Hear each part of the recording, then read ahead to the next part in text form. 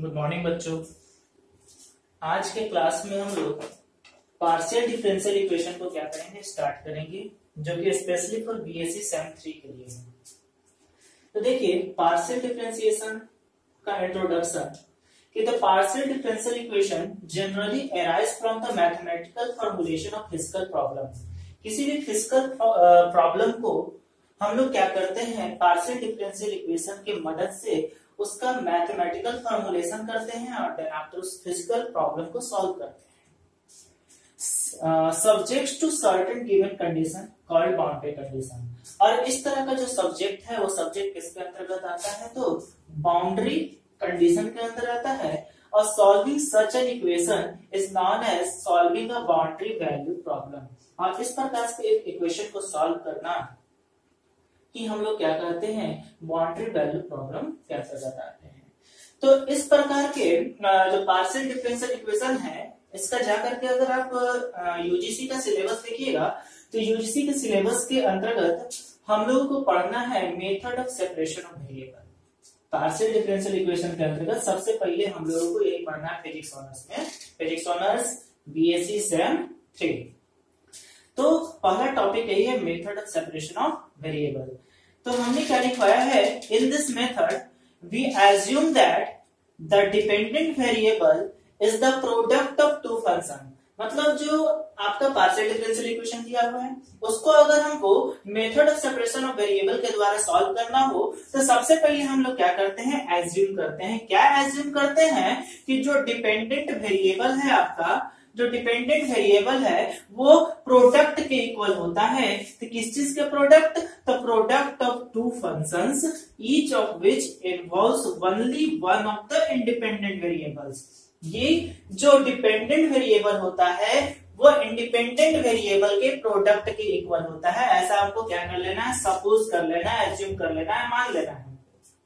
ऐसा करने से two ordinary differential equation form. ऐसा करने से हमें क्या होता है, दो ऑर्डिनरी डिफरेंशियल इक्वेशन क्या होता है, फॉर्म कर जाता है, मिल जाता है। तो चलिए इस बात को ध्यान में रखते हुए हम क्या करते हैं, एक एग्जांपल उठा लेते हैं और इस एग्जांपल से हम मेथड को समझने का प्रयास करते हैं कि method of separation of variable, method of separation of variable क्या करता है। तो चलिए क्वेश्चन कुछ इस तरह से पूछेगा, applying method of separation of variable technique. Method of separation of variable technique को अप्लाई कीजिए और find the solution of PDE और पार्शियल डिफरेंशियल इक्वेशन का सॉल्यूशन को फाइंड कीजिए। तो क्वेश्चन ये है आपका 3ux + 2uy = 0, जहां पे ux = del u upon del x and uy = del u upon del y दिया हुआ है। कॉमनली होता भी, हम लोग ये सब चीज जानते भी हैं। तो चलिए हम सॉल्व करते हैं।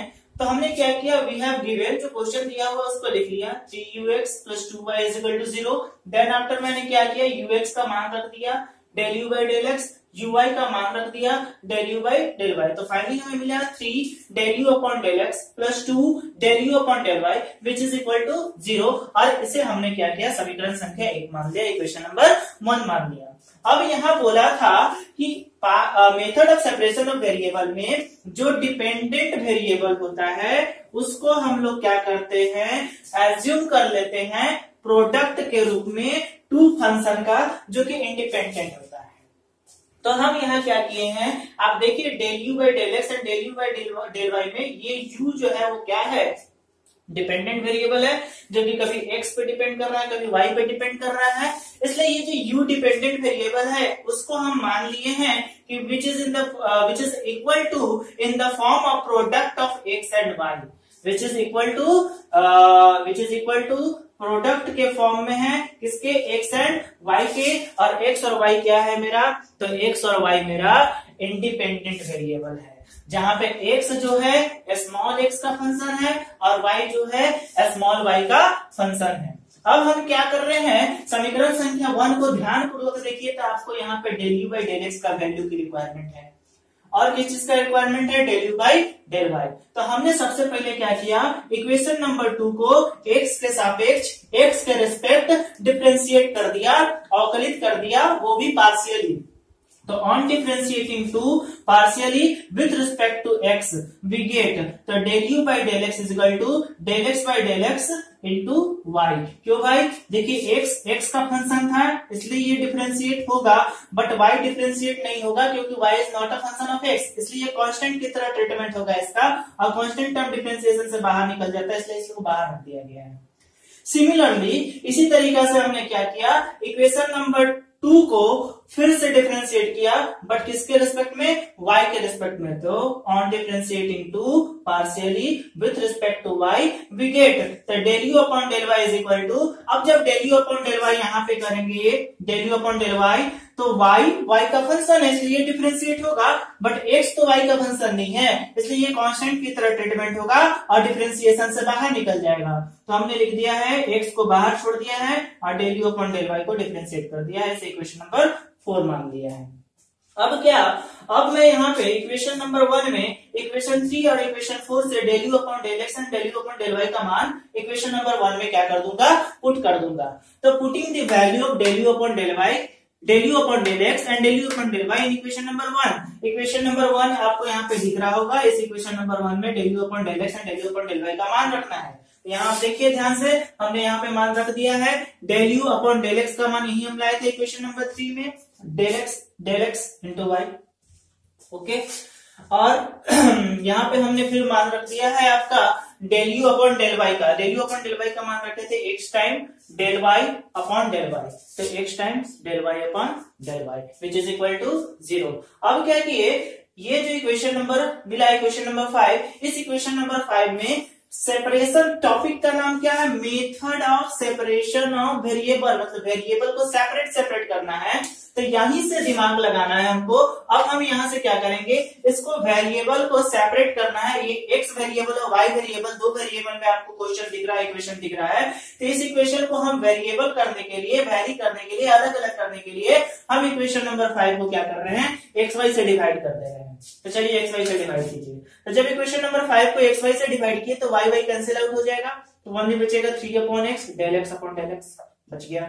यहाँ पे एक्स एक्स कैंसिल आउट हो जाएगा, ओनली बचेगा 2 upon Y del Y upon del Y which is equal to 0। तो हमें फाइनल यहाँ पे इक्वेशन मिलेगा 3 upon x del x upon del x 2 upon Y del Y upon del Y is equal to 0। आप देख सकते हैं एक्स वाला एक जगह आ गया है, वाई वाला एक जगह आ गया है। इसके बाद हमने एक स्टेटमेंट लिखा है, स्टेटमेंट कुछ इस तरह से है कि right hand side is constant, ये जो इक्वेशन है इस इक्वेशन का राइट हैंड साइड कांस्टेंट है, 0 है। For LHS so we take both equation are equal to k. आखिर ये 0 है, इसका मतलब है दोनों एक ही कांस्टेंट नंबर होगा तभी तो कट करके 0 हुआ, इसलिए हम एक कांस्टेंट के सपोज कर ले रहे हैं, एक प्लस में होगा दूसरा माइनस में होगा। देन इसलिए हमने क्या लिखा, 3 upon x del x upon del x is equal to minus 2 upon Y del Y upon del Y which is equal to constant k. देखिए एक को हमने माइनस में रखा है, ये इधर जाएगा तो माइनस हो भी जाएगा, ओके। तो 3 upon x del x upon del x is equal to K minus 2 upon Y del Y upon del Y is equal to K होगा। ठीक है बच्चों, उम्मीद करता है यहाँ तक कोई दिक्कत नहीं होगा।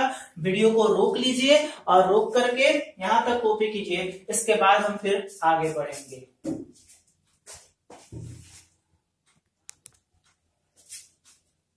चलिए बच्चों, तो देखते हैं आगे। यहां तक तो उम्मीद है आप समझ गए होंगे। यहाँ पे क्या किए हैं, 3 by x del x by del x is equal to k suppose कर लिए हैं, minus 2 by y del Y is equal to k suppose कर लिया गया है। तो यहीं से उठाते हैं, यहां पे हम क्या कर रहे हैं, del x upon capital x का मान निकाल रहे हैं। Del x upon capital x is equal to क्या हो जाएगा, के, ये जो 3 यहाँ पे मल्टीप्लाई में इक्वल टू के इधर आएगा तो डिवाइड में के अपॉन 3, और ये जो डेल एक्स है डिवाइड में उसको क्रॉस मल्टीप्लाई कर दिए तो मल्टीप्लाई में आ जाएगा, तो del x upon x equal to k by 3 del x. वही काम यहाँ पे किए हैं, यहाँ पे भी हमने क्या किया, डेल वाई अपॉन वाई का मान निकाला है, तो del Y upon y is equal to minus k upon 2 del y आएगा। फिर हमने क्या किया, taking integral on both side, taking integral on both side, दोनों तरफ इंटीग्रल का मान लिया है ताकि कैपिटल एक्स और कैपिटल वाई का मान निकाल सके। तो integration of 1 by x del x is equal to k by 3 constant term था, इंटीग्रेशन से बाहर निकल जाएगा, integration of del x 1 by x del x का इंटीग्रेशन log x होता है, और k बाई 3 डेल एक्स का इंटीग्रेशन x हो जाएगा, और इंटीग्रेट करने के बाद एक कांस्टेंट टर्म लगाते हैं, वही कांस्टेंट टर्म c1 लगा हुआ है। कुछ यही काम यहाँ पे भी किया गया, इंटीग्रेशन ऑफ 1/y का इंटीग्रेशन log y हो जाएगा, और -k/2 कांस्टेंट टर्म था, बाहर निकल गया, इंटीग्रेशन ऑफ del y हो जाएगा, इंटीग्रेट करने के बाद कांस्टेंट टर्म लगाते हैं, c2 लगा दिया गया, जो कि c1 पहले यूज कर दिए हैं। अब क्या कर रहे हैं, x एंड y का मान निकालने के लिए हम टेकिंग एंटी लॉग, दोनों तरफ एंटी लॉग ले रहे हैं। तो जब हम एंटी लॉग लेंगे तो कैपिटल X का मान मिल जाएगा exponential to the power k/3x + c1, and capital Y का मान मिल जाएगा exponential to the power -k/2y + c2। अब क्या करेंगे, इस कैपिटल X और इस कैपिटल Y का मान हम कहां पुट कर सकते हैं, तो समीकरण संख्या 2 में पुट कर सकते हैं। ये जो इक्वेशन नंबर 2 आपको दिख रहा है, इस इक्वेशन नंबर 2 में हम x एंड y का मान पुट करके इसको सॉल्व कर सकते हैं। तो लिखिए putting the value of capital X and capital Y in equation number 2। Equation number 2 में था u = x * y, where x is the function of small x and y is the function of small y। मतलब ये जो dependent variable था वो product के रूप में था इंडिपेंडेंट वेरिएबल का, क्योंकि मेथड ऑफ सेपरेशन बोलता है कि किसी भी क्वेश्चन को बनाने से पहले आपको सपोज कर लेना होगा कि जो डिपेंडेंट वेरिएबल है वो प्रोडक्ट है इंडिपेंडेंट वेरिएबल का। तो हमने क्या किया, दोनों इंडिपेंडेंट वेरिएबल का मान निकाल दिया, दोनों इंडिपेंडेंट वेरिएबल का मान इक्वेशन नंबर 2 में पुट कर दिए। तो u = exponential to the power k/3x + c1 * exponential to the power -k/2 * y + c2। यहाँ पे आप देख सकते हैं कुछ फार्मूलाज को याद कर लीजिएगा जो कि 8वां क्लास में पढ़े होंगे। a का पावर n गुने a का पावर n बराबर a का पावर n जोड़े। इसका मतलब है ये बेस सेम है तो पावर और प्रोडक्ट आपस में ऐड हो जाता है। तो एक्सपोनेंशियल का पावर k/3x और एक्सपोनेंशियल का पावर -k/2y, इसमें से k कॉमन है, k को कॉमन कर लिए, x/3 और प्लस माइनस माइनस -y/2। उम्मीद करते हैं आपको ये बात समझ में आ रहा होगा, क्योंकि एकदम बेसिक से है ये चीज। और k यहाँ पे कॉमन ले लिया गया है और इसको साथ में लिख दिए, एंड ऑलरेडी प्लस में c1 + c2। अगर नहीं समझ में आ रहा है तो हम इसको थोड़ा सा साइड वर्क कर देते हैं। यहीं पे एक स्टेप, एक्सपोनेंशियल का पावर ये हो जाएगा k/3x + c1 - k/2y + c2, कुछ इस तरह से हो जाएगा, क्योंकि प्रोडक्ट में पावर आपस में क्या होते हैं, ऐड कर जाते हैं। तो देखिए एक साथ लिख दिया हमने, जोड़ करके लिख दिया, लीजिए हम जोड़ करके लिख देते हैं, तो फिर प्लस माइनस क्या हो जाएगा, माइनस हो जाएगा। तो ये वाला टर्मिनोलॉजी और ये वाला टर्मिनोलॉजी में k कॉमन है, तो k/3 - y/2 x/3 - y/2 and c1 + c2 को अलग लिख दिया गया है। अब ध्यान दीजिएगा, एक्सपोनेंशियल के पावर k तो कॉमन है, x/3 - y/2। अब ये देख रहे हैं एक्सपोनेंशियल का पावर c1 + c2, a का पावर m + n को क्या लिख सकते हैं, a का पावर m गुने a का पावर n। तो एक्सपोनेंशियल का पावर c1 + c2 को क्या लिख सकते हैं, एक्सपोनेंशियल का पावर c1 + c2, कुछ इस तरह से अलग इन मल्टीपल फॉर्म। आप दोबारा इसको सॉल्व, सॉरी फोन आ गया तो इसलिए वीडियो रुक गया था। ध्यान दीजिएगा, एक्सपोनेंशियल का पावर c1 + c2 हो जाएगा, और उसके बाद क्या किए, हमने सपोज कर लिया है एक्सपोनेंशियल का power c1 + c2 which is equal to a। Exponential to the power c1 + c2 किसके इक्वल है, a के इक्वल है, इसलिए u = a times exponential to the power k times x/3 - y/2। ये तो आपका सेम टू सेम है, बस इसके जगह हमने क्या सपोज करके लिख दिया है, a। तो ये मेरा क्या हो जाएगा, फाइनल आंसर हो जाएगा। उम्मीद करते हैं आपको समझ में आ गया होगा बात। और इसी मेथड पे, इसी तरीका पे हमने एक क्वेश्चन दे रखा है। क्वेश्चन ऊपर में है 2x / del z / del x - 3y / del z / del y = 0। इसको बनाने का प्रयास कीजिएगा एंड मेरे व्हाट्सएप नंबर पे मैसेज कर दीजिएगा, बनेगा तो क्वेश्चन, नहीं बनेगा तो भी कर दीजिएगा। सर नहीं बन रहा है तो नेक्स्ट क्लास में हम इसको डाउट सेशन में ले लेंगे। थैंक यू, आज के लिए इतना ही।